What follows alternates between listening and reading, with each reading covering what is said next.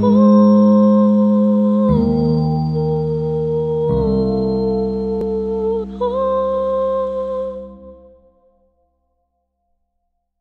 morning, everyone. And today is the 14th of March, and we have daylight savings has begun in the US. So it's an hour later in the US, and I thought it would be a good time, pardon the pun, to prepone and start our Writers Open House session half an hour earlier.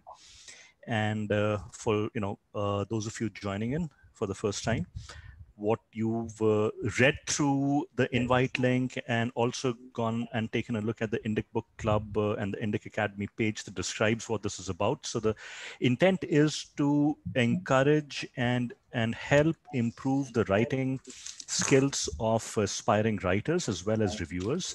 And to that end, we ask you to send in a short writing sample, 750 to 800 words, to Otis sufficiently in advance for him to take a look at it. And he marks up your piece in with his notes and comments and sends that back to you.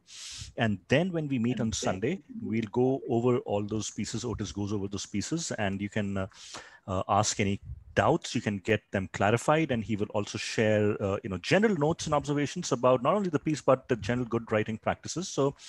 And he tells me that there are lots and lots of pieces that he has received for this week. So without any further ado, Otis, I will turn this over to you. Okay, great. Yeah, we have, I received 10 pieces. So that's a good number. And I maybe, because of that, I work through a little bit more quickly than I sometimes do. And what I'll try to do is really highlight one or two things from each piece so that we can move along rather than going into my lengthy soliloquies on good writing and, and the like. So without further ado, let me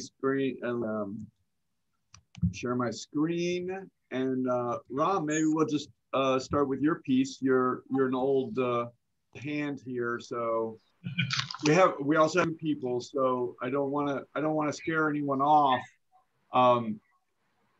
too quickly. So we better start with Ram, who Otis, sorry for interrupting. One note for people.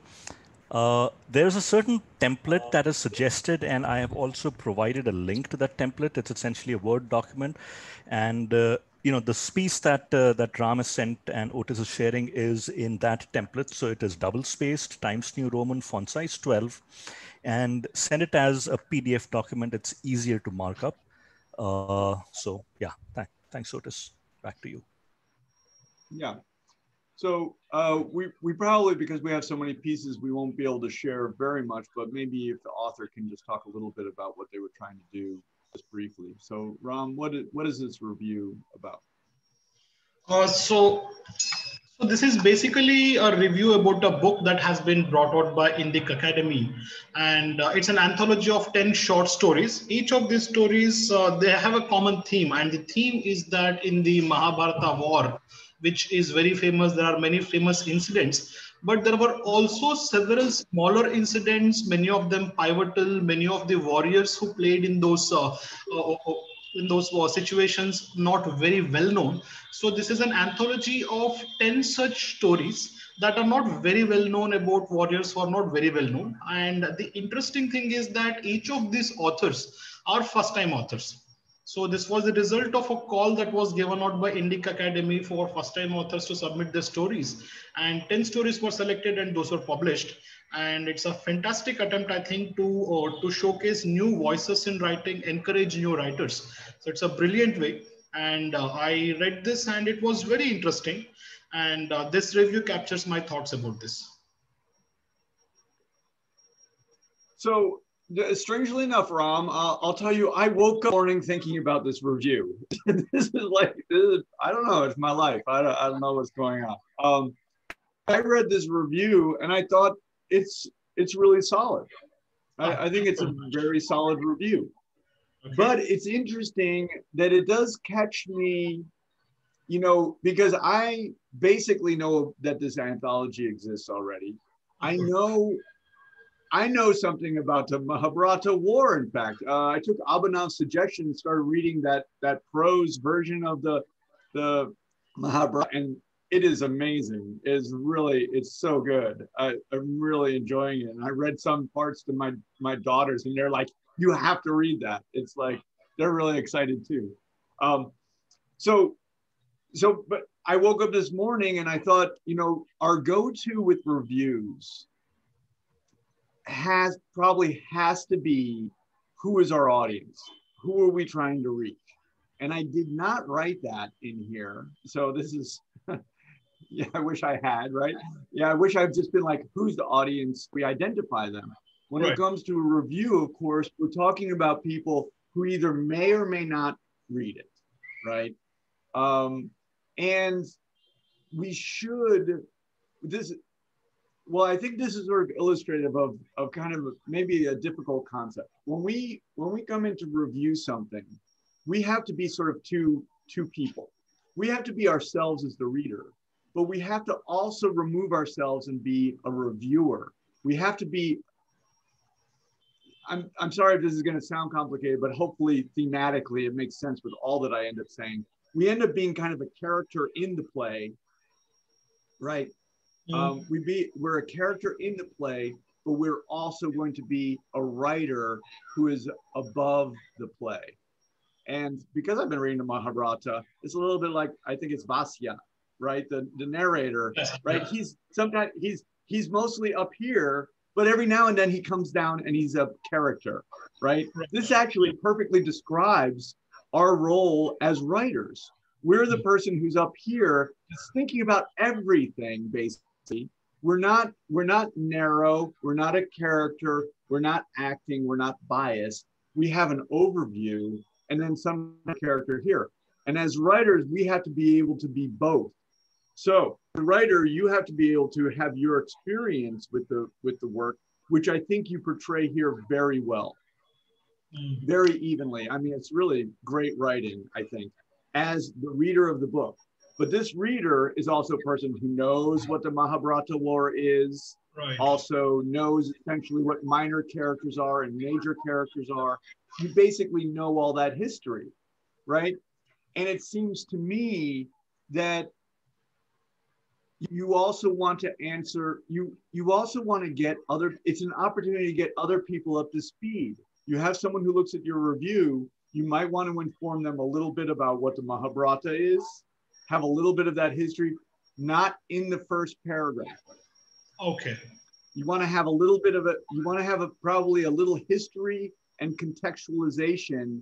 The place where that typically takes place is the second paragraph. So then make your statement, and you will draw upon everything in your opening paragraph. You really want to tell people what you think in the opening paragraph in case they don't read any further. Okay. They basically understand your opinion. So the question is, so right now you're basically writing to an audience of people who know the Mahabharata, who know the major characters at least. And you're basically saying that because you're this person, it will be interesting for you to read these stories. The further question is, if you don't know the major characters, is there a good reason and a compelling reason to have this be an introduction? And I think that might be a little bit more complicated to think about, but I think you do want to think about that because that's a larger, more expansive audience. And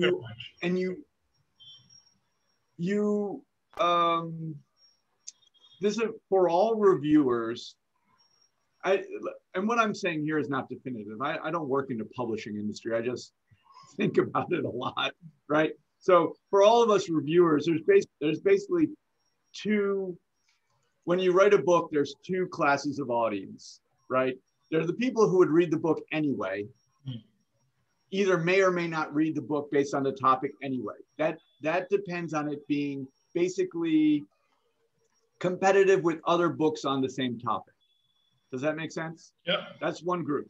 So they spend a certain amount of time reading. They spend 100 hours a year reading, and they're always going to read this book, this type of book. So now it's a question of, if they're going to read that type of book, are they going to read this one? Yeah. Okay, that's one audience.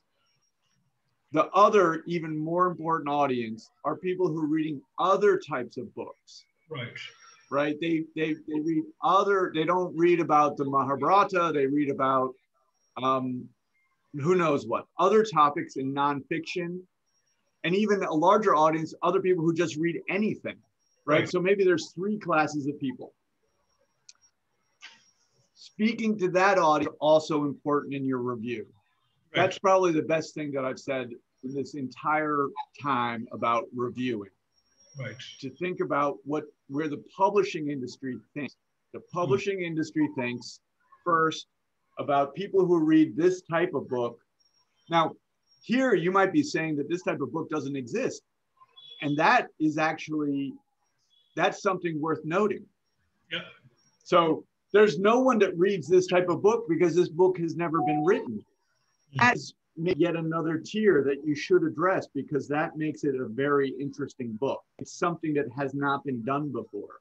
So, I mean, it's basically an innovation. Right. So this book is an innovation. Address that. Right. This book is on this topic, and it competes with other books on this topic. Book not only either does or doesn't compete for readers that read in history generally. Right. Or it does not read in history. This book competes with people who read short stories that are fiction and other genres, literature, or it does not compete with that. So those are kind of the tiers, and we're thinking about it all based on publishing. Publishers have all these numbers, right? Does that, they already know, they know how much time people spend reading a certain type of book, depending on the publisher. They understand this is what they're competing. So this is also, when we write a review, this is how we can address it to the audience. I think I probably put that in the last paragraph, but maybe I should bring it up front. Yeah, absolutely, bring it up front. Yeah. Yeah. So, and not to say that you shouldn't have it in the last paragraph. You should, in the review standard, it's like the five paragraph essay, that's the classic composition essay. It's like that. You do want to reiterate what you've stated in the conclusion, but when you state it in the conclusion, it has the greater weight of you've gone through your evidence. So, but the larger point that I just want to get back to is, we can talk about audiences, and that's great to write that down. Really good idea. But do always think of yourself as being above, as the writer, being above the character, being above the readership. You have to play two roles. You both have to see yourself as like, oh, I'm me, I'm Ram, I read a book. But you have to be the writer who's able to say, hi, when I'm Ram, it's sounding cryptic and weirdly philosophical, but when I'm Ram, who am I? Well, I'm this type of reader. I'm the type of reader who knows the Mahabharata, who knows the characters, who knows who knows all those. And so you as a writer realize that that's who you are, and then who else is there? Right. That's it. But this is a very solid review. There is something that I would like to add. So the pointers that you gave about reviewing, it helped in figuring out 2-3 things. The one thing I tried when I wrote this review was not use this review as an opportunity to show off. So writing a review is not an opportunity to show off. So I was not trying to show off my knowledge of the topic or the other books that I have read, because invariably that comes in. I mean, I always feel that, maybe a lot of people have this, that I know it all syndrome. So it is difficult to get out of that. But here, after listening to your pearls of wisdom on reviewing, I try to get out of that, and that really helped. So I said, let me write a very simple review, and that really helps. I'm glad Ram calling it wisdom instead of my rating. but but you're but I'm really glad. I'm really glad because yes, this is really important for us as writers. We we are not to be we are actually not supposed to be noticed. No one's Yeah. supposed to say, "Hey, Ram is so brilliant." No, Yeah. if someone reads my work, this is a small indication, and we know this is the maxim. So, you know, you kill your darlings. But when I was in the workshop, someone said, "I love this line." That means that they came out of the story and they were writing and they were thinking about me. True. That is a problem. Yeah. Our focus, we're a good writer when we focus on our subject. Yeah. We focus on our subject for our audience and Yeah. here. Yeah, that's great. I'm glad to hear that, Ram. And in fact, the one example that comes to mind is again To Kill a Mockingbird. It's a brilliant story, and while I was reading that book, not once did I think, "Wow, what a great writer." I always thought, "What a wonderful story." Yes, yes. If someone thinks if someone reads my work and thinks I'm a great writer, that's like a dagger in my heart because that's exactly the opposite of what I want to accomplish. Fair point. Difficult to come to terms with, but yeah, it's a fair point. So Very difficult to come to terms with, as we recognize it's a very human trait. yeah, yeah. We do. Thank you very much. Thanks a lot. This was Yeah. very helpful. Yeah. Okay, let's see. I wasn't able to read your other this time. Let's. Oh wait. Let's see. Oh, okay. No, never mind. So this is another review. Let's see. Sorry, I can't. Ananya? Maybe is the author? Is Ananya here?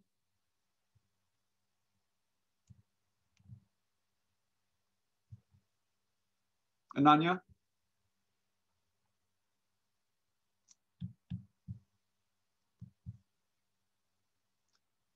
Well, I'm not sure if she's here. This is a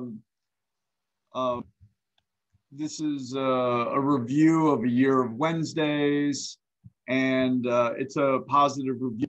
I'll make it just a couple comments. So again, what we want to do as reviewers is both acknowledge, it's really difficult. We read a book and we want to acknowledge our experience with the book. That is part of what we're reading. That's part of what we're going to write about. We're going to experience. The writer, what we have to be able to do is be able to imagine other people's experience. And we need to be able to think about and conceptualize it and be able to address that. Otherwise, of course, we're only writing a review for someone who's exactly like us. Does that make sense? I'm not talking to anyone directly, so I'm feeling a lot lost in the silence. Okay, so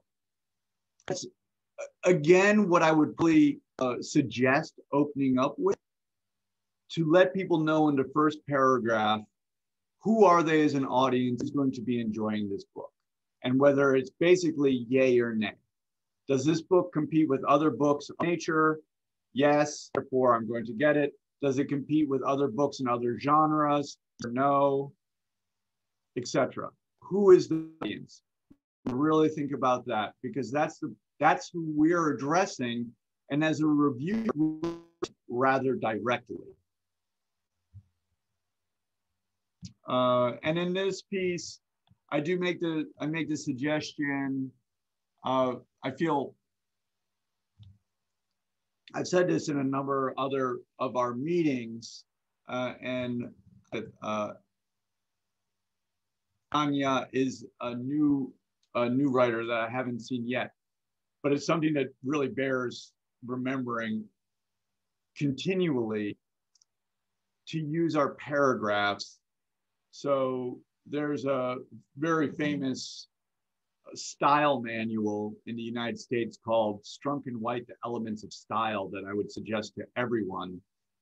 It's old, it's a bit antiquated, but the lessons in it are very clear. What Ram and I were actually just talking about in terms of the writer remaining, basically the way Strunk and White termed that is that the writer remains in the background. The writer's in the background. So in other words, it's not for us. We're writing, we're making this and putting the characters on it. And we're doing that for the audience. And we are above. Anyway, another thing that Strunk and White say, and this is something after, honestly, decades of my dedicating myself to writing practice, have come to appreciate in ways that I never appreciated when I first read it. They say, make the paragraph the unit of composition, which basically means is that each paragraph should be one idea. And the reason for that is it takes, a sentence is too short, right, for our attention. Writing and the human have worked together, basically. The human attention span requires a little bit more time to understand an idea. And we also ideas separate in some way so we can get them as a sequence of events, like a narrative, 1, 2, 3. So I'm just making that small comment in this piece.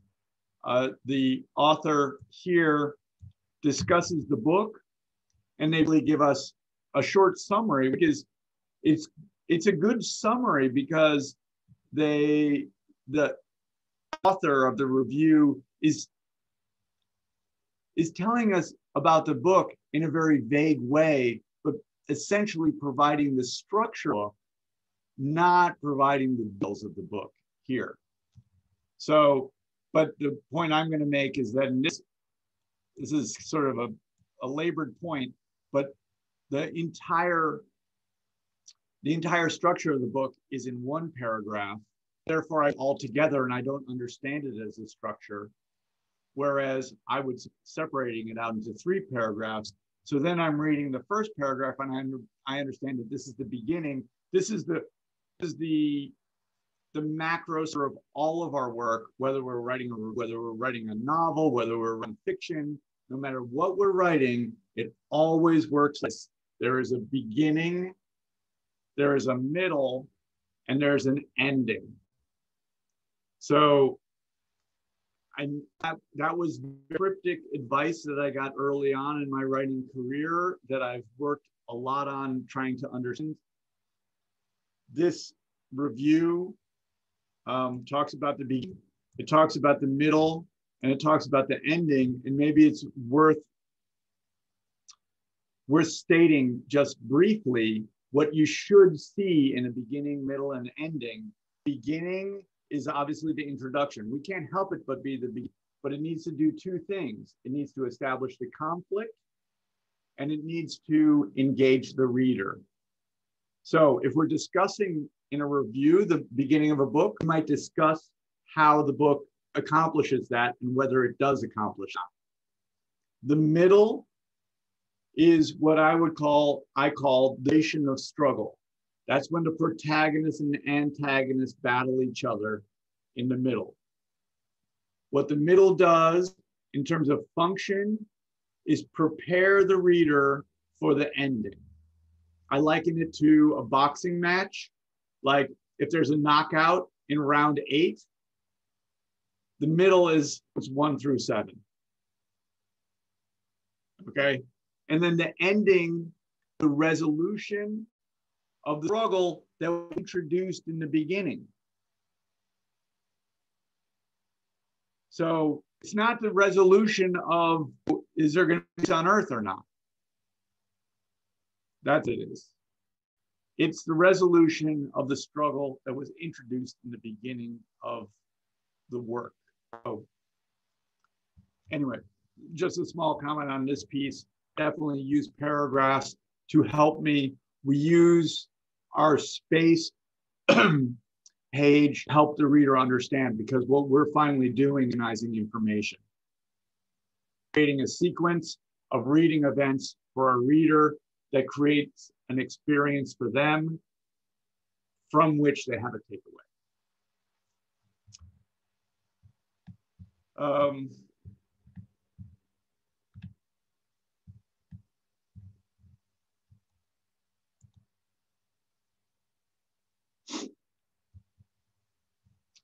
Let's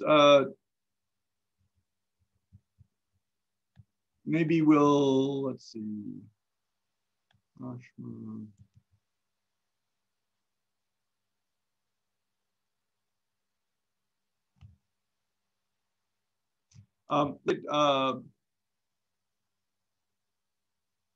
Narayana, is Narayana here?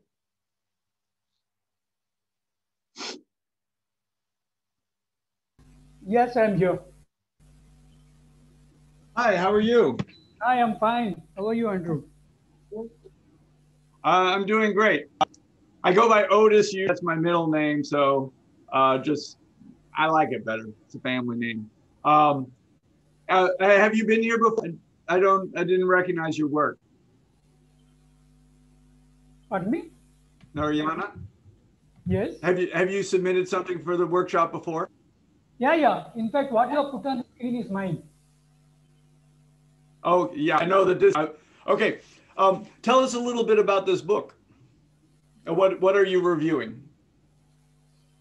This book is about the Bhagavad Gita. Bhagavad Gita, as you know, it's a very ancient and sacred text which every Indian sort of revere. It is rated along with all other Vedanta texts. And um, but unlike Ramayana and Mahabharata, which have got full of stories and sub-stories and which catches the attention of youngsters, this Bhagavad Gita is all about the meaning of life and discovering oneself and that kind of thing, that serious stuff. Hence, Bhagavad Gita is typically not studied by young people as a, in general. In general. So this book is specifically written by the author to make Bhagavad Gita interesting for the millennials, so that they will catch it. It is basically catching them young, so that they get interested in Bhagavad Gita. Okay. Well, good. So I think, when I looked at this book, so there are a couple questions that leap to me, right? Immediately when I look at the book, and then as a reviewer, I would probably think about. So there's a suggestion here that the Gita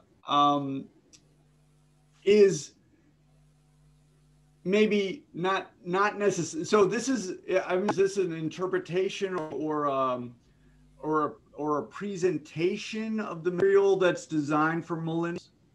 Yes. Is it a? Yes. Is the change in the translation, or is the change in the presentation?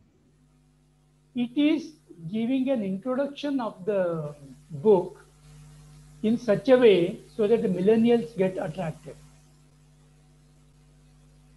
Mm-hmm. Okay, so yeah, well, I think that the big question is what is necessary for millennials to be able to, I guess, observe the Bhagavad Gita. Sorry, forgive my pronunciation. What's the difference between millennials and non-millennials? That's one of the questions that sort of lingers for me in this review. What is this book assuming about millennials that it's not assuming about non-millennials? And there's a little issue for me is that the reader here. So there's a couple ways that it could go. See, I have this book written by millennials for millennials. And thinking that the author here is not a millennial. Is that correct? Right. Your question is the author millennial? No, he's not. Right. So there's a couple ways you could think about the presentation of this book. And maybe it has, I don't really know millennials, but I know something about like young people in general because I have a vague memory I used to be when I was young. So there's a kind of a traditional thing that takes place in the entire world in all cultures where people who are older tell people who are younger like what to think. Like how, and how they are, right? They're an authority who speak to the millennial, right? They're an authority who speak to youth. And there's kind of a tradition too of the youth, right, to reject that authority. These are the two things that go on maybe for all time, right? Yes. So it seems to me that that's fairly central to how I would think of reviewing this work. The author's successfulness in actually understanding the millennial perspective is probably the crucial aspect because we'll go back. Sorry, I do these shifts from time to time. But our main thing to do as a reviewer is to think of our audience. Okay, who is our audience? This book has a self-described audience, basically. Yes. Because saying that it's going to take this journal work and it's going to present it for millennials. So now we have a pretty good idea about who our audience is too. We want to basically tell these millennials whether it's yay or nay on this book and the success of the author to bring this work to them.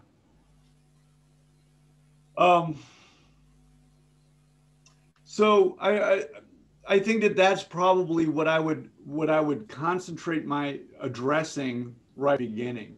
And then, so about our audience in that way, think about the success of that. And we want to be able to acknowledge as a reviewer, like I say, it's not going to be, right? Like you personally, are you a millennial? No. Just on the edge? No, I am removed So, decades. Right. Well, like you want to, yeah, you want to think to yourself. So you want to be conscious. Again, I'm going to go back. I'm going to really lay into this idea of the reviewer, but for all of us as authors of anything, is that we have to both be us, and we have to be understanding of who we are, and we have to be a writer who understands that there's lots of other people. Okay. So what I'm saying a little bit is, while the book, De Broglie, right? De Broglie is not a millennial. You're not a millennial. De Broglie thinks millennials need to read this book. Millennials are like, I'm not sure. I'm not sure if I do. I want to reject it. But you also think that they should read the book. So you and the author both think that they should read the book. You want to understand that about yourself. You want to understand what your perspective is as the reader, but you also want to be a writer who understands that not everybody is going to agree with you.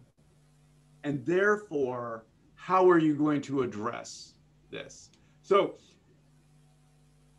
is this, I'm just going to, forgive me being rude, but I'm just going to class him as an old guy. So like, let's say millennials will just be like, it's another old guy telling me what to think. Right? I mean, that's kind of the way I was. It's the way I still am, actually. So I'm rebelling eventually. So another old guy is telling me what to think, and a review by an old guy who's telling me what to think. It's telling me that I should think what old guys want to be able to address that. If we don't address it, then it's something, if we leave it unaddressed, then it's like,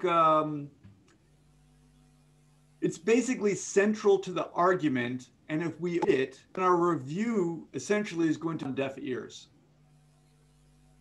right? We're not going to be communicating to the audience that we're looking at. So that's what I would probably address first. But going back to this idea of writing for thinking about our audience, in this case, we kind of have, wait, well, maybe we have three, okay?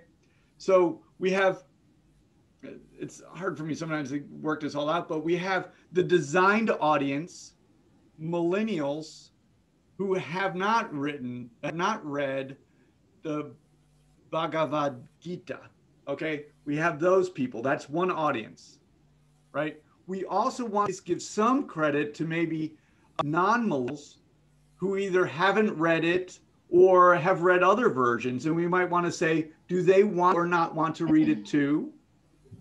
And we might also want to address readers who,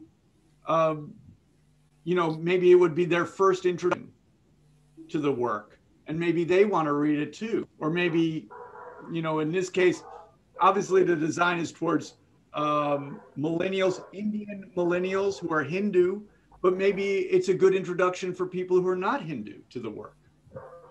These are all things that we want to consider a little bit because we want to look at a book.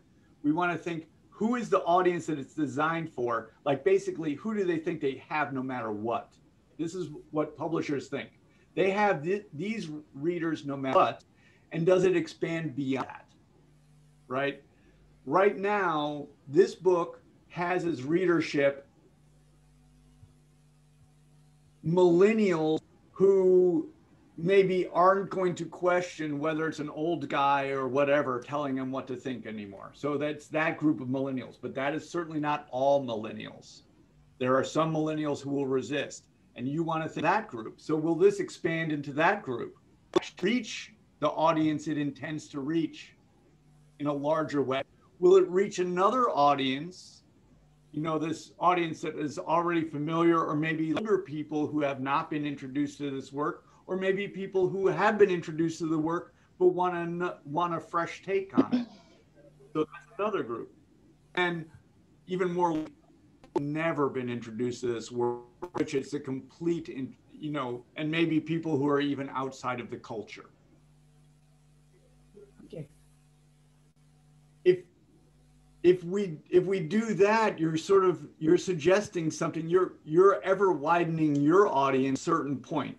And in some of those regards, you're maybe saying this is not adequate, and probably you should, or otherwise you're going to seem like you're just, a cheerleader for the work. So at some point you want to have some criticism of the work too. Okay.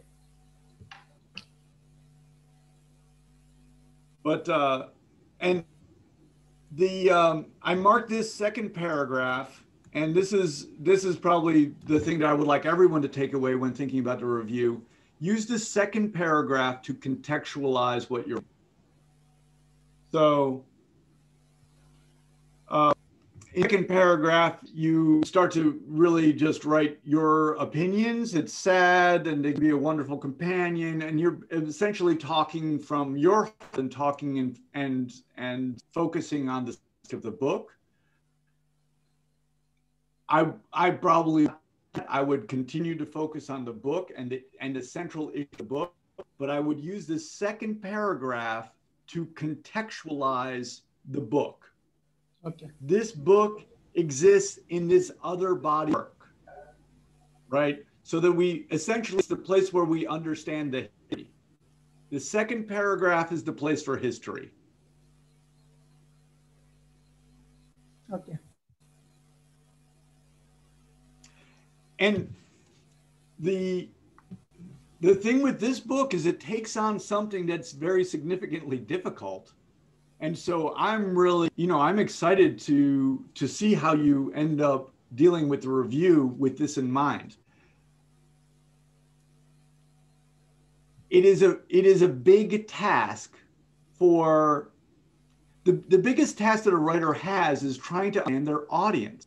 This is so difficult because what we have to do is we have to get out of our head, right, and understand who it is that we're writing for. And in this case, we have De Broglie, who is, maybe he's a scholar, maybe he's, I don't know, but he's an older scholar. He's an authority, all of those things. How well he actually understand the audience he's self-selecting, these millennials. That is going to be the big question of this book. Whether he does it well or not spells the success of this book.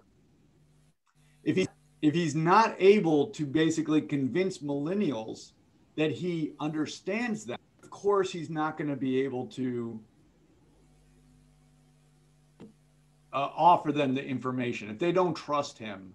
And he's gonna earn their trust by really understanding their situation. And this is something that traditionally youth people are very suspicious, and they do not think old people understand. That is throughout history. Any questions? I'm fine. I'm fine. Please proceed. It seems like a great, and I really issue that we're talking about understanding the audience, about basically being able to transcend ourselves and our own ego in order to understand this is the biggest issue for us, the biggest issue that we have. So I'm really excited to see what your review ends up saying about that. And it's also going to depend on your ability to understand the millennial audience, not right from the perspective of an authority. Okay. Right? Okay. That's going to hinge on. And so in that way, it's a really great exercise for you as a writer. It would be a great exercise for all of us. Okay, fine. Thank you. Yeah, thank you. Thank you for submitting it. I appreciate it.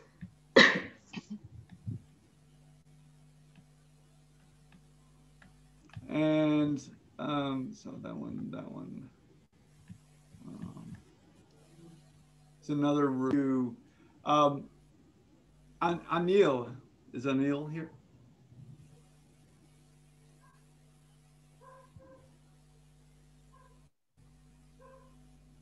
Yes, I'm here.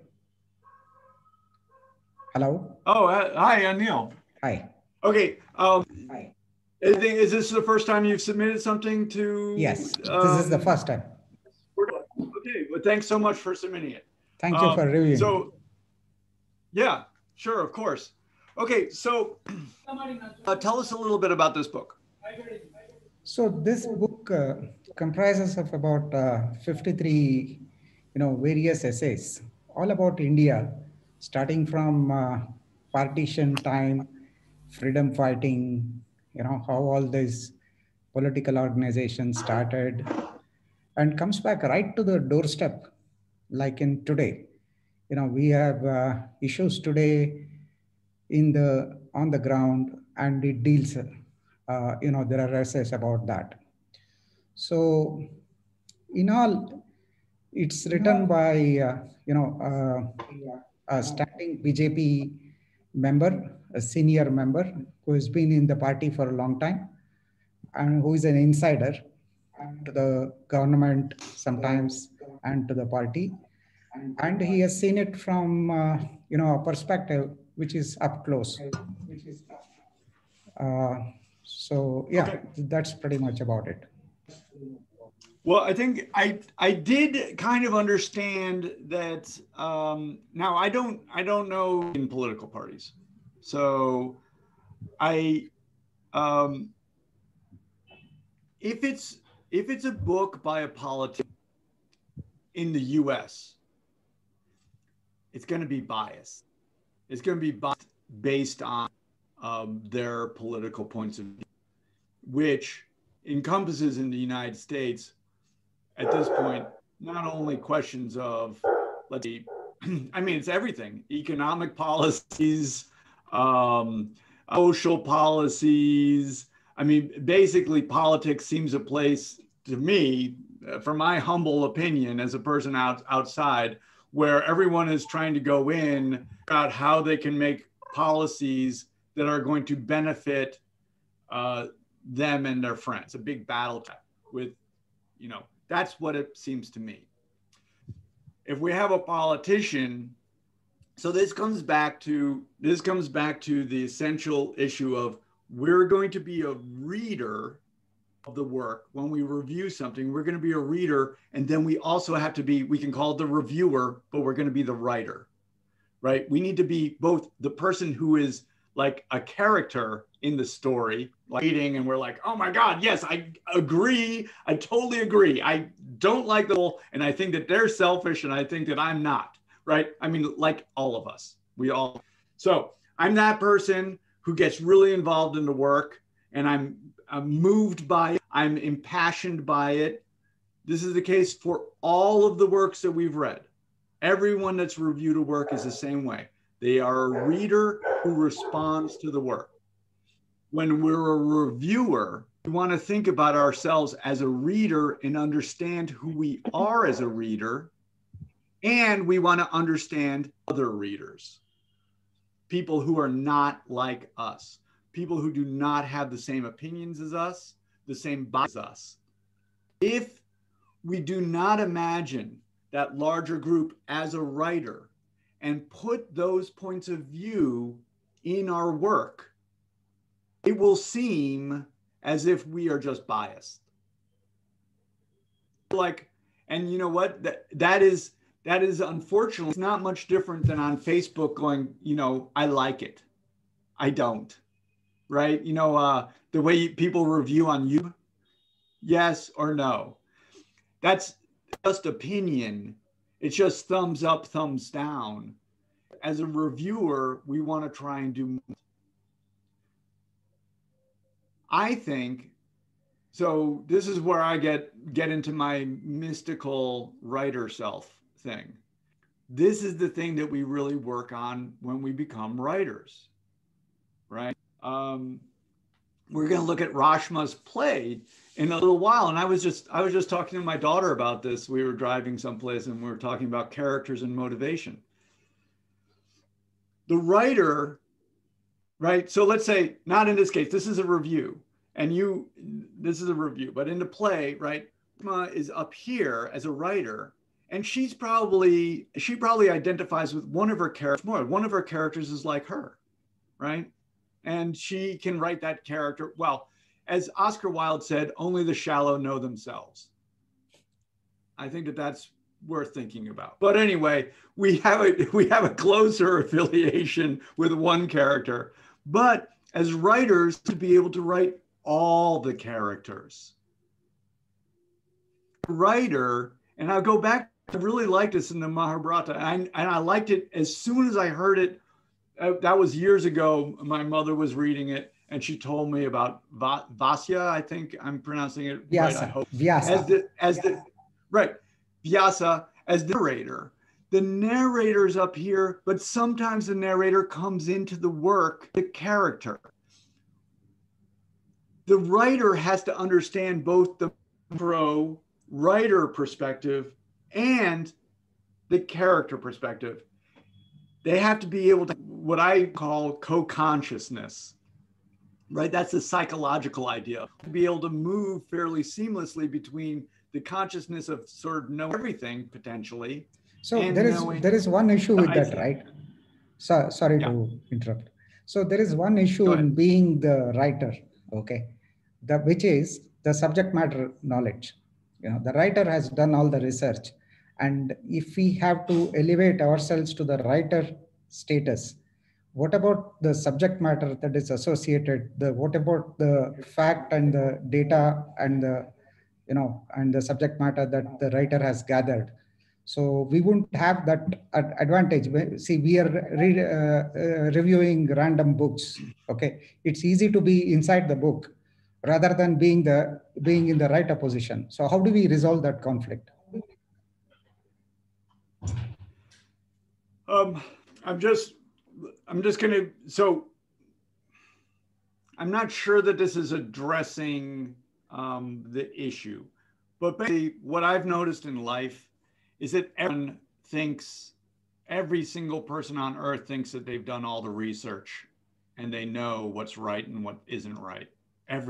Everyone I've met, The only thing I know for sure is that when I think I'm right about something, is that someone else agree with me, right? I mean, everybody.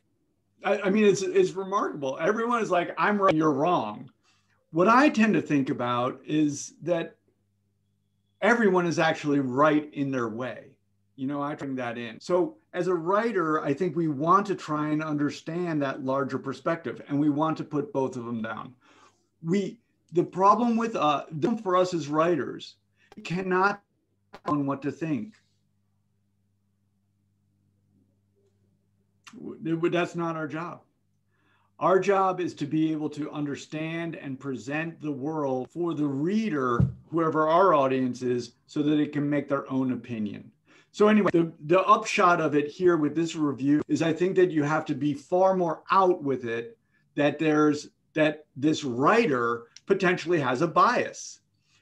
It's a little bit like the book we just looked at about the millennials.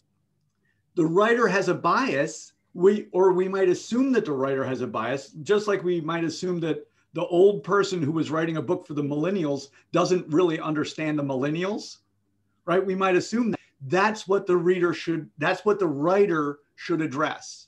So two You things as a I have reviewer done. Sorry, two things I have done is one is I have brought out who the person is in terms of the author. I have put in a paragraph to say that he is an Indian politician served as a general secretary of BJP, just to put the context. That is one. In the second place, in further down, you know, there are quite a few essays on Mahatma Gandhi. Okay, and right now there are a lot of controversial, you know, both sides of Gandhi issues are going on, debates are going on. So I've tried to say that the good side of Gandhi has been taken. So I mean, from that point of view, I have tried to make those two attempts, but maybe that is not sufficient. You know, I just wanted to note that point.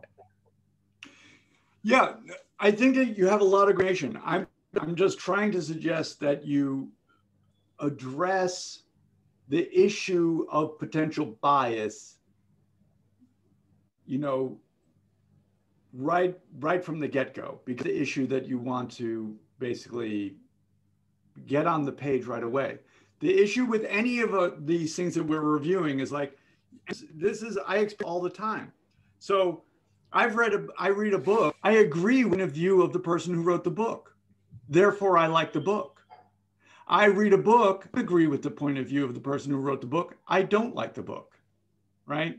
So I'm just, basically all I'm doing is responding to my own bias.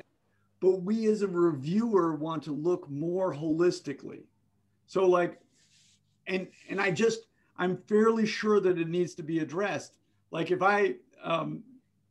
so the title itself already suggests that they're selecting an audience, right? Because India comes first, right? That title for that, because it comes first.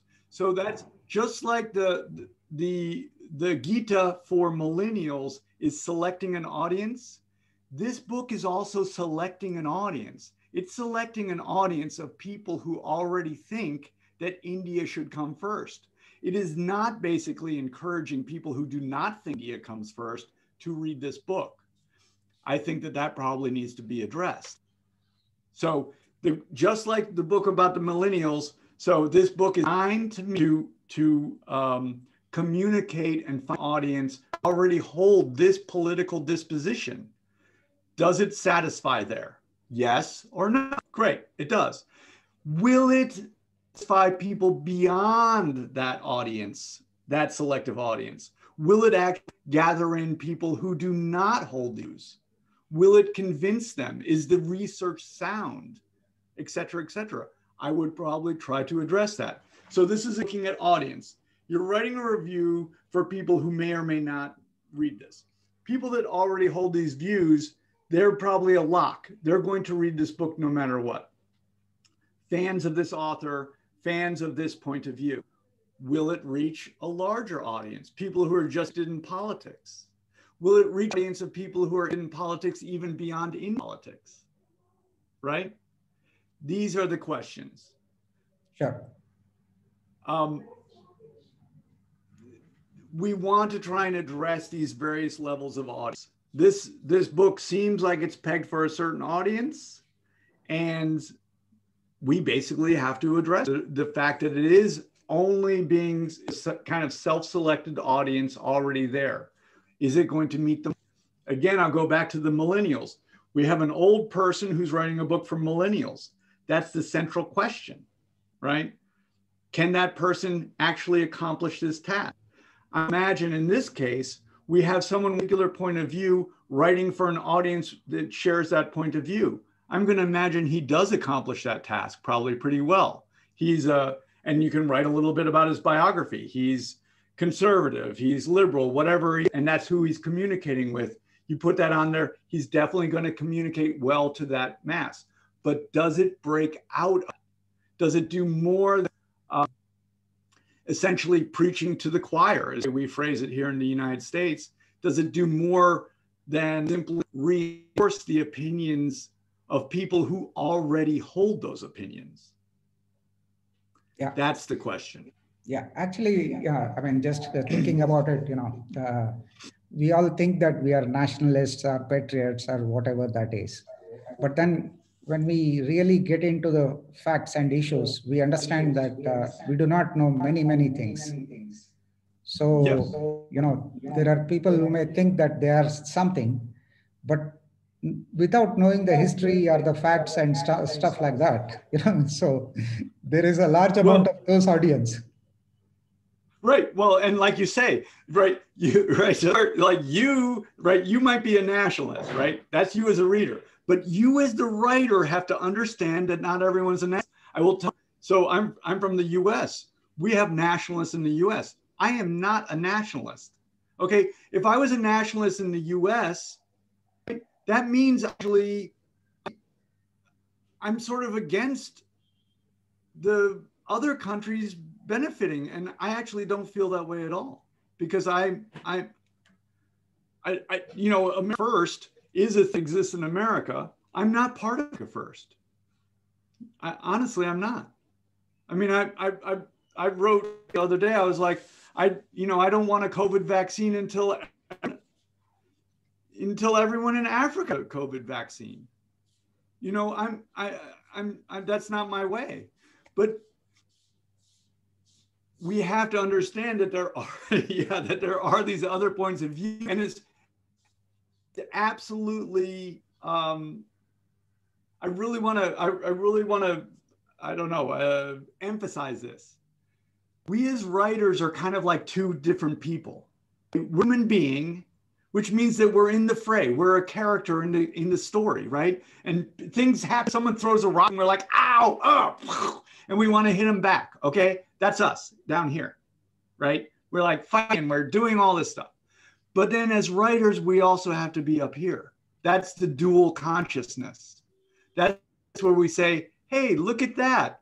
All these people are always fighting. There are people nationalists and there are people who aren't nationalists. There's people who are this and there are people who are that. There are people who think that this is the right thing and this thing. Everyone thinks their own." And we have to be a writer who understands too. Like Vyasa, right? Up here, that sees it all. We have to do both when we write. And that's the thing that I'm really emphasizing. So understand, and I use the fact that I'm a human being. And when someone, I boxed for a lot of years. When someone punches me, I punch back. You better believe it, But I also understand human beings, when they get punched, they punch back, right? So I have both perspectives. I'm the person who gets mad and I do things, and I'm also the person that people get mad and they do stuff. Sure. That's a more expansion, and for us as reviewers, and actually in all of these reviews. So I was actually thinking this because I read your review and I was like, if I was an America First person, I don't think I would be here sharing my knowledge about how to craft storytelling, with Indian, with a group of people, because I was like, isn't that going to help you? Why? I'm just going to help Americans. It's like, I'm not, no, no. And I actually want you, if you're getting, I want to help you punch back. So that's what I want to do. Maybe I'm more like a boxing coach nowadays. But anyway, but the main thing is when we understand, right? So in this case, you do have a bias. You agree with the author. That's fine. That's you. But as a writer, be this other person that understands that not everybody agrees. Try to figure out their points of view too. And then when you write from that perspective, you have this thing, the Greek term is ethos, really authority. When we write from a point of view where we stand everyone's point of view, not just our own, then we have an authority and people listen to us. But when we do not do that, when we just go thumbs up or thumbs down and just express our own personal bias, nobody listens to us. There's a saying about opinions and how everyone has one that I won't share because it's a little bit salty, but everyone has their opinion, everybody. And everyone that on earth that I've ever met thinks that they're right about theirs. It's maddening to me when I know that I'm right. That's a joke. Yeah. Anil, that was a joke. Sure. Yeah. So it's maddening to me that everyone's right when I know that I'm right. So we have to figure out a way to be balanced about it. And my way of finding balance with that is that maybe I'm right and they're right. Right? It's a thing with writing, but I don't use that word but. Right? I don't use that. I love this word and. I'm right and they're right. It's so much better than I'm right. They think this, but they're wrong. But I think this, but I'm right. It doesn't have to be contradictory. We're all human beings. There must be something that's sort of binding between us all that makes us all right. We're all this person here that when we get punched, punch back, right? We all want to put ourselves. And we're trying to find our way. So I go. Thank you. Anyway, I love it. I'd love to hear the review of this. I think that this issue, nationalism is a big issue here in the United States and one that I personally do not approve of. I'll tell you, my political leaning is not in the national vein. I think that it is an issue that we have to look at,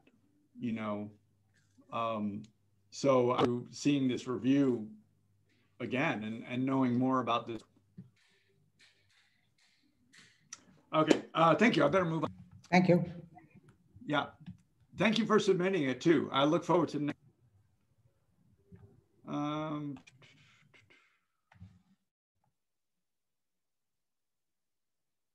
That one. There's my note.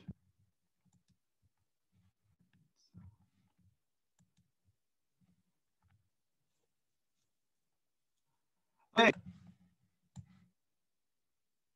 Jay, I know you're here. Jay, are you here? Can you hear me? Hey, Jay, how are you? Good, how are you? Good. What are you driving somewhere? Hi, am I audible, visible? No, I'm home. You are. Oh, okay. Give me one second. I'm hearing a lot of background noise.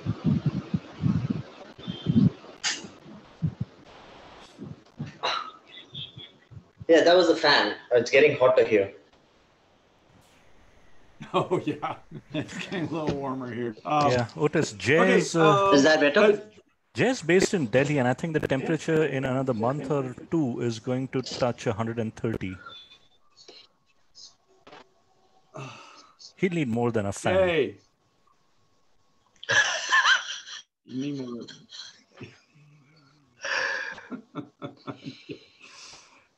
Jay, tell us a little bit about this work. What are you working on? I'm really interested in the way this is developing.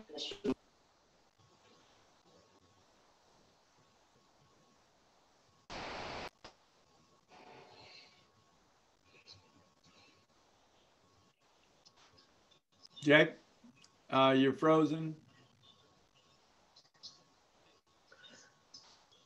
Uh-oh.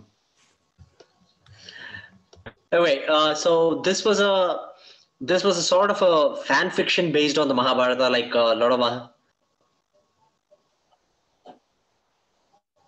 And are you in this work? Are you concentrating on? Are you Okay? Is it better now? Yeah, thank you. It is. Jay, do you want to switch off your camera? It might help, with the lag.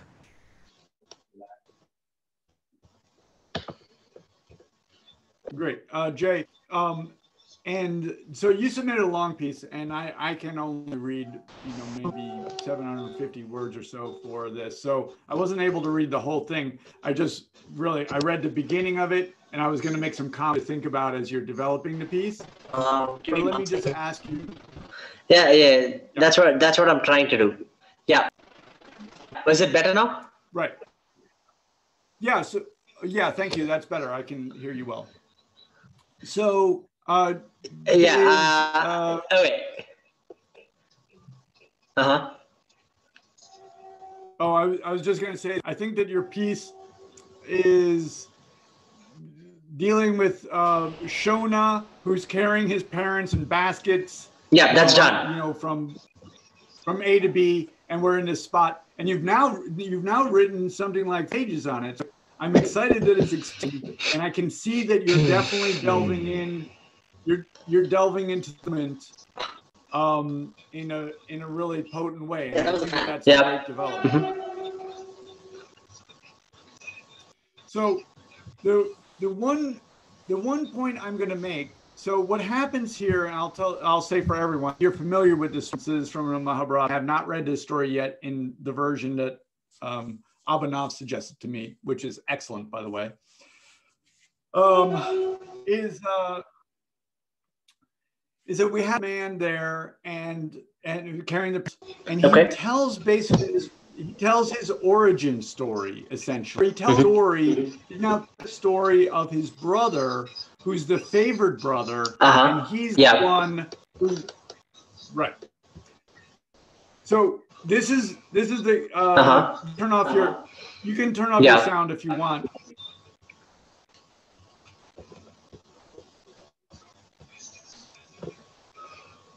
Jay, I'm going to turn off your sound and I'm just going to make my comment about this beginning. It's a little bit complicated. Oh, perfect. Thank you, Jay.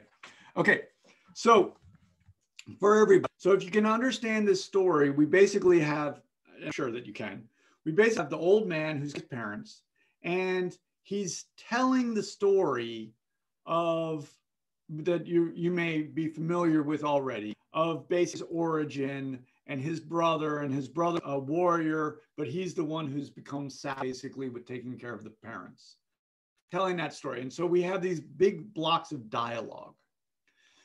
So this is for writers on another level. This is not review writing. This is really, writing literature at this point. So the way I look at it is that dialogue is essentially abstract. When we're writing something, when we're literature, the strongest language we can use, the most evocative language we can use with our audience, with our reader, is concrete language. That means noun and verbs in a specific in time. Basically, characters doing things. That is strong because, right, writing is already one level of abstraction. Sorry, if you can understand that, right? When I write, I don't want to sound too stupid here, but when I write the word apple, it's not an apple, right? Not an actual concrete, I can bang it on my head, right? But when I write the word apple, it represents an apple. That's one level of abstraction. But if I write the word love, that's essentially two levels of abstraction. It's not I'm writing. I'm not writing apples, tangible that I can visualize and experience, taste, throw at someone, whatever. It's an abstract notion that doesn't have any tangibility. That's too much abstraction. It is not as evocative to write the word love as it is to write the apple. Because the reader is not affected by love because it's abstract, whereas apple at least has tangibility. It is concrete. Joe threw the apple at Steve. The apple hit Steve on the forehead. A welt rose on his forehead, the swelling of the mucous membrane below the skin. All of that is concrete. It's very effective and evocative. This concrete language, right? This is why movies are more popular than reading. Because movies are always, because they feel concrete things. Whereas when we write, we can write anything. Does everyone know me so far? We can write either concrete things or abstract things, and often we write abstract things, and readers are having no experience with it, and therefore would rather go see a movie. Okay, so now let me get to dialogue. Okay. So dialogue is basically characters speaking to each other, but the words that they use are abstract. It's just a voice. So it's not an apple. It's me saying apple, right? That's a level of abstraction. It's just a voice saying words. And for this reason, dialogue is essentially weaker than concrete action by characters or even description. Does this make a little sense so far? That's the base that I want you to, that's the base that I want you to understand. And then I'm going to say this. This is why when we write blog, and this will particularly make sense to Rashma, who's working on these levels, but when we write dialogue, we need to have subtext. We need to have, you know, as John LaRue said when I threw against the door and I said, tell me something important, he said, dialogue is something characters do to each other. In that case, dialogue is like a weapon, right? And it has a sense of tangibility and dynamics. It has a dynamic play. I'm taking this, I'm saying, you blah, blah, blah, blah, blah, and I'm injuring them with it. It's an action. Dialogue is an action of character. And that's why that's a dialogue, as opposed to saying something that in the movies they call on the nose. When you say something on the nose, it has no subtext and therefore no active quality. The other thing that famously said about dialogue is by Mamet. Characters may or may not something that they mean, but they always say something to get what they want. Again, that is dialogue as an action against another character. Dialogue as a way to get what they want. It has text. See, I say, could you please pass that apple? But I actually have devious intent because I want that apple to throw it at Steve. Okay, I winged it right there. Okay, that was good. So dialogue needs something. So now, Jay, I'm going to go back to yours. What we have is we have opening, we have a lot of dialogue that's basically just telling a story, and we have very little actual physical action. That I'm just being, is not in relationship to your work or even how, it's not even in relationship to how interesting your work is. It just has to do with words. That's out of balance. I basically have very little that's concrete, and I have a lot that's basically abstract, doesn't have a dynamic quality. So it brings me up a big point. You have a character telling a story about time. Could it be that you just want to write about that other, about that in that time, then everything is concrete. then you have characters doing stuff. You don't have a character talking about characters doing stuff. That's what occurs to me. And then it brings up the farther point of, what story do you want to tell? I think that you want to tell this boy, about Shona, the old man. I think of him being young because he's carrying them. But tell the story about Shona, based on the responsibility of parents. So drop the story, unfortunately, and concentrate on that if that's what you want to tell. Or if you want to tell that other story about the origin, then go ahead into the origin and tell that time. We as writers can write about any time we choose. We should choose to write a time in which the story takes place. We need to pick our story. Okay. That's the big comment. But I think all of this is really important for us. I'm packing a lot of information in a whole discussion, but stuff that I hope that we'll take away. Just file it in the background and try and use it. The main for us to just keep in mind, characters in action. That's what we want to do. We go again to, why are movies so much more popular than reading? Okay. Millions of people will watch a movie. Only my mom is my written work. Okay. So how do we compete with these movies? Because that's who we're competing with when we write. We're competing with the movies. We need to do it. We need to do it as well as they do it. And then we need to do it better, because there are things that we can do in writing that they can never do. We have much more versatility than they have. So again, with under the theory that I'm training you to, really show up in this battle. There's a battle throughout the world, through stories that rise to the top. We need to use all of our resources, and we need to be dedicated to really using our resources and our time as possible in order to compete with all these other stories. And but I think your instinct is good and what you're writing is good. And I understand too that you're writing this part of the story because you're understanding the psychology. I get that. I think that that is really good work to be doing.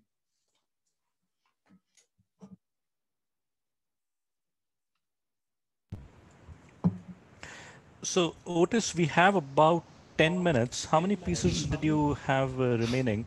I also wanted to ask if you could cover Anvita's piece. She had sent it, I think, last Sunday. So obviously it was too late for it to be included, last Sunday.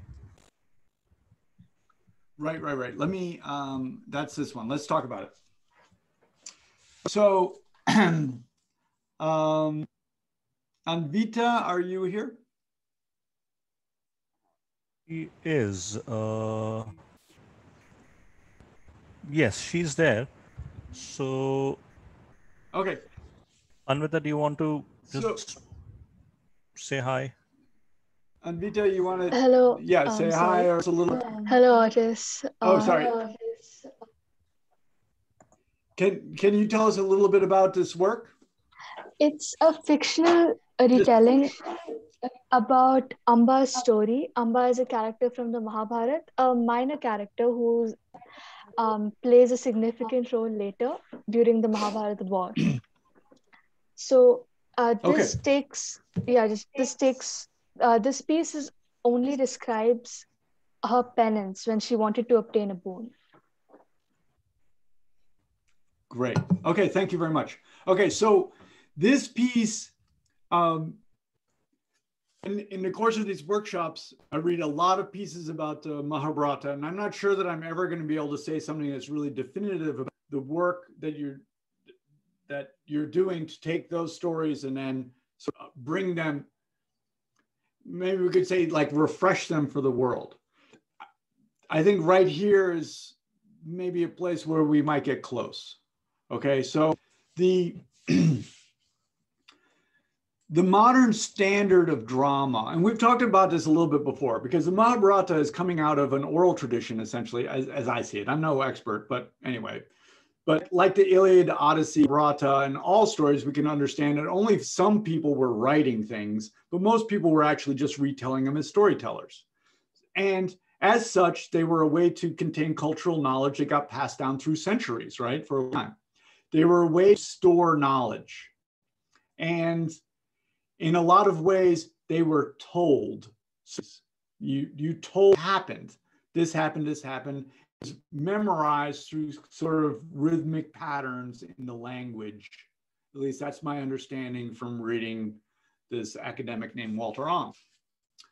The modern of drama is basically encompassed in this: show, don't tell. What that means is show. We show characters things, and the reader understands what it means. We show, as I think of it, is that we put the evidence on the page in terms of concrete action, right? Just, I'm going to go back to the movies for a second. You see the person, grab the time bomb and run to the bridge and put off, right? It was scary, right? You don't have a voiceover saying, a time bomb is really scary. He's going to have to get rid of it right away because otherwise it's going to kill him. We don't have that in the movies. We just show it. And the reader feels tense. The reader feels scared. And maybe the reader even thinks in their seat, uh-oh, he better throw that away soon, right? The reader thinks and feels. The director movie shows. Same for us when we write. We show and we let the reader think and feel. And this might come down to the reason I lean on this so heavily, and I basically made my career in critiquing and working with writers, is because I'm so sensitive to being told anything. Remember we were talking about the millennials and that review? If someone starts telling me what to do, I'm like so rebellious. I'm like, why are you telling me? I want to learn for myself. And basically what we do when we write, we feel. The reason writing can be so powerful, the storytelling so powerful, is that the reader feels conclusions on their own through what we can call intellectual experience. They simply perceive what's happening and they have a take. This is maybe going back to, I think it was Anil, maybe it goes back. Every person on earth believes their own experience. And so what we do in writing is we show things and reader feels like they've experienced things and they see that as truth. However, if we tell them what to think, that's why storytelling is so powerful. And Vita, sorry, that was such a long explanation to say. So the basic here is show, don't tell. I'm just using your work, I hope you'll forgive me, as an example to really lay it on the line for everybody to really convince us this is what we have to do. This is the hard work of writing. It's easy to tell people what really easy is what I've found. It's really hard to show them and take them to an experience so that they end up experiencing something as a solution that they take away and changes the view about the world, which is what we're seeking to do, writer. So just as an example, for someone who had never gone without riches and luxury, she didn't complain. Basically, I go, show, don't tell. This is not complaining. We have to see her undergoing this penance. We have to see her development. We have to see all of those things to understand it. That is the comment on this piece, but it gets to actually a very significant. This piece is, I really want to get it. I really want to get this piece. I think difficult characters are fascinating to me, and maybe that's what draws you to this character, because the way I read this story, and you're going to have to do some great work to capture this character. Amba, right? What she does is she goes years of penance. You also have to think about realism a little bit too. There's a period she doesn't even have water for a long time. Human beings, we tend to die when we don't have water. So we have to figure out how we make it realistic. If we do something that's not realistic in our work, that doesn't make some kind of sense, the reader turns away from it. My example for this is that it has to make some kind of sense. Like Superman is superhuman, but it's because he comes from Krypton. Okay, it's not, that's just a way to make it, all these superhero stories, they have an origin story that help us make sense. Peter Parker Spider-Man is like a spider because he was bit by a radioactive spider. I mean, it doesn't know what it is, it convinces us that it makes some kind of sense. Okay, so we need to have some kind of sense here. It might be like she didn't even have her, all she did was eat leaves off of this plant, and it happened to suck a plant that has water in it. So there's something that helps us understand. But this is the thing I want to say about Amba as a character.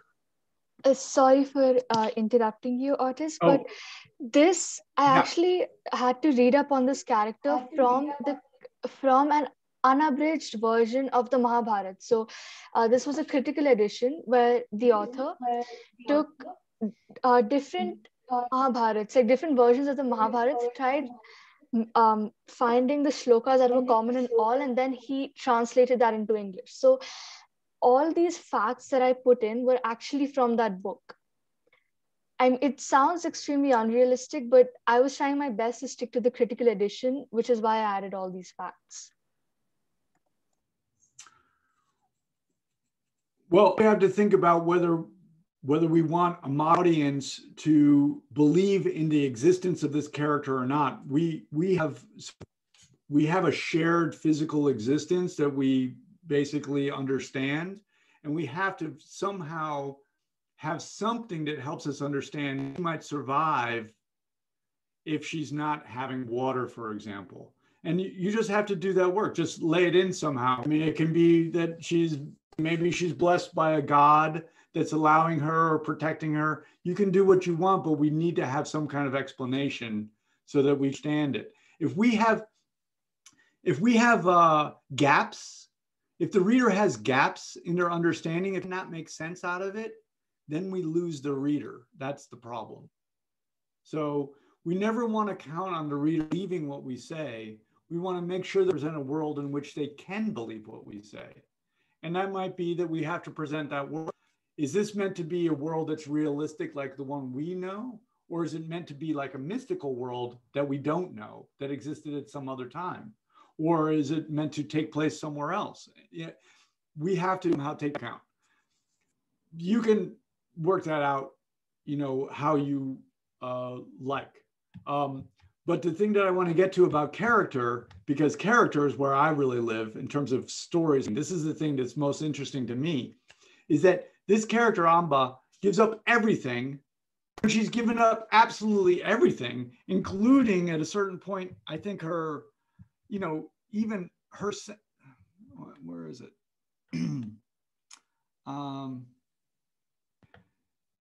It says, truly her tapasya, with this penance idea, all her emotions wiped away like a clean slate. When all of her emotions have been wiped away, she still wants to kill, I think. Right? When she's grandish, she still wants to kill Bhishma. She's had everything wiped away, and yet she still wants to kill Bhishma. That is very interesting to me. And I think that for me my life's work is like a student. I'm a student life and understanding character, how we work. I want to understand that. It's really a great moment to dig into. I think that this work is going to be far longer. To show penance and her development over time, to arrive at the moment in which everything is washed away, and then to be asked, what she wants and to say that she wants Bhishma, dead. That's a fabulous moment. It's probably going to take you long. It always takes longer to show than to tell. Telling is easy. That's why everyone's to do it. Telling is super easy and super efficient. It's really efficient. Showing is cumbersome, takes a lot of time. But she's a character. So, Otis, I was actually on a crunch when I wrote this piece. So how would I, if I had to use the same amount of words approximately to show instead of tell, could you give me a few pointers on that? Well, you basically have a situation where so what's the time period that she begins her penance to time that I'm going to say that when she basically says, what is it that you want? What is that period? I'll answer myself. It seems like that's a long time period. She undergoes this penance for maybe at least maybe. Is it several months at least? Several months. So if it's the course of, basically in order to write it in next time, we have to summarize, right? So we have to write summary.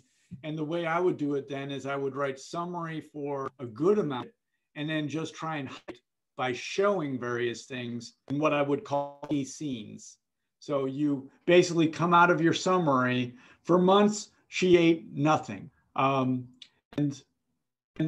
one day, seeing that she still hadn't arrived at the point where she felt expiated from her guilt,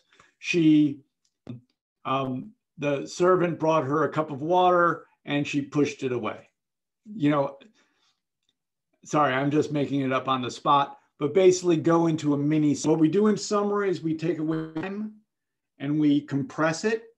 And actually, in summary, we can even elongate time if we want to. We basically take time and we compress it with our words. And then when we write scenes, we basically expand it to cover, quote unquote, real time. So you would want to be able to use both of those techniques basically to write this story sorry, not time, space, because that's what we're talking about with writing. We're talking about space. We're at quitting time, I think. Right. So how many pieces do you have left? Because I hate saying this, but I'm pretty sure we won't get as many pieces for next week. I think Anvita, I have one other review.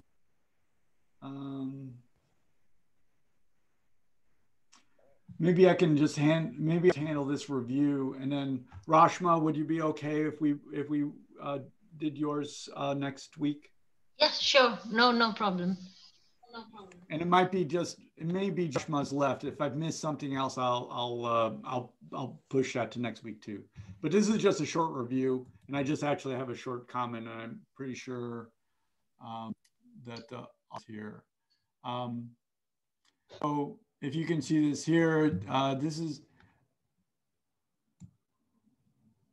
this book here, The Great Maratha, a historical fiction on the life and campaigns. We try and cut out the famous author. Again, back to my theme for reviews, is that as the writer, we can be this person, the character who reads the book. And we can say, and we need to be able to think about ourselves. That's the thing as writers. We need to be able to think about ourselves and we can even write in our review, I know this author very well, and this author has been influential in my life, blah, blah, blah, blah, blah. For those who do not know this author, right? You see how that little says, I understand that this author is to me. This author has been influential for me, but I understand that other people in the world exist for, the large expansive world exists and they've never even heard of this person. And I can say I haven't, for example. In which case you want to tell us something about the author and why they're influential. We don't want to just lean on words like famous, because we have to imagine our audience as possible, because whenever we write anything, express any kind of bias as the writer that we do not acknowledge, we basically push the reader away. And we never want to push any reader away. We are lucky that they've even looked at it. Okay, if we get someone to look at anybody, they're sitting in a dentist office, they're about to have a root canal, and they open up our work, we don't want to lose them. So we have to be able to imagine all these other people other than our straight work of being a writer. And it's just very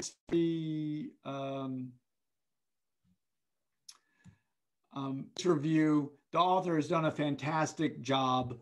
So the writer does not want to bias, right? The character that we can reference, we can talk about ourselves as a character. When I read this book, I was overjoyed to be able to read through again. The character can express bias, but the writer should not. Does that make sense? We always attribute bias to characters. The writer should not have bias. So in this case, when we say the author has done a fantastic job, that sounds like the narrator expressing a bias, and we don't want to have that. That's my brief review. So try to separate yourself as a writer. Try and separate yourself out into two definitely discernible kind of entities. The co-consciousness of our writing, the person who's in the work, the character, the person reading, the person responding, et cetera, and then the writer who is above work, backgrounded and not biased and has a larger view. Abhinav, that's it. Call that a wrap. This was very, very productive. I think it's great we got so many pieces. Thank you all for joining in. And in a few days, like we always do, we will put this up on YouTube, and you can look out for our, Twitter, tweet, and Facebook post for the link. And please do keep sending the pieces in. And thank you, everyone. And thank you, Otis. Thank you.